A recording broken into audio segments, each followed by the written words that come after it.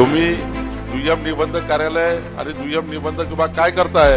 आजपासून आपल्या नागपूर जिल्ह्यात किंवा ज्या ज्या जिल्ह्यामध्ये आपण जाल, म्हणजे तुम्हाला जर कामठीला प्लॉट घेतला असेल तुम्ही रामटेकवरनं रजिस्ट्री करू शकता.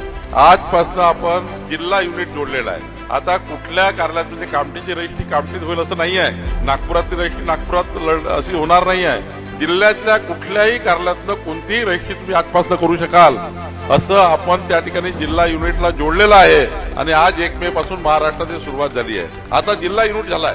आता कामठीला याची गरज नाही आहे. तुम्ही कामठीची रजिस्ट्री रामटेकवरनं करू शकता, रामटेकची रजिस्ट्री कोटरवरनं करू शकता, काटोलची रजिस्ट्री हिंगण्यावरनं करू शकता.